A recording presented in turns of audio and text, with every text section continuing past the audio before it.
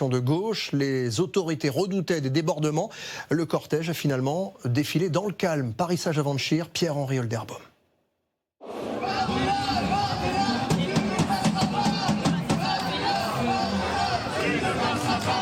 Tous se sont réunis cet après-midi dans les rues de la capitale pour manifester contre l'extrême droite. C'est important de dire que quand il y a le Rassemblement national qui rassemble 33% des voix, c'est pas normal et qu'on le dit partout. On est contre leur politique. Ce serait vraiment une régression avec une prise de liberté, un empêchement de la liberté absolue. Donc moi je me bats pour mes enfants, mes petits-enfants. Il faut faire tout ce qu'on peut, apporter toutes les forces possibles dans le pays pour endiguer la vague qui arrive, qui risque d'arriver. Je n'ai pas tellement d'inquiétude parce que je sais qu'on va y arriver. On va s'y mettre tous ensemble, il y a du monde.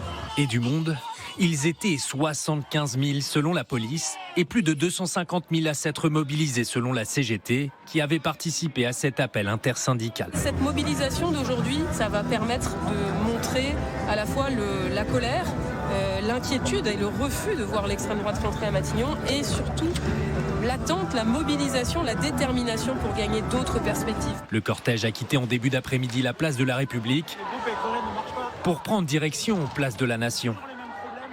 Un peu plus tôt, dans les rues, résonnaient les chants de l'association SOS Racisme.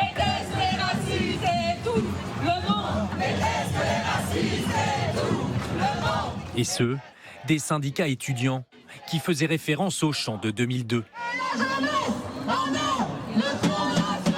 Des jeunes inquiets de cette montée du Rassemblement national. On est sur un score historique de l'extrême droite. Alors nous, même si on est des jeunes et qu'on n'a pas connu tout ce qui s'est passé, notamment au XXe siècle, on assiste à une montée à des gens qui prônent la haine. Et il faut montrer qu'on est là et qu'on résiste et que la jeunesse refuse cette montée de l'extrême droite et de la haine en France. Un rassemblement anti-extrême droite qui s'est fini dans le calme. Et l'on va retrouver justement en direct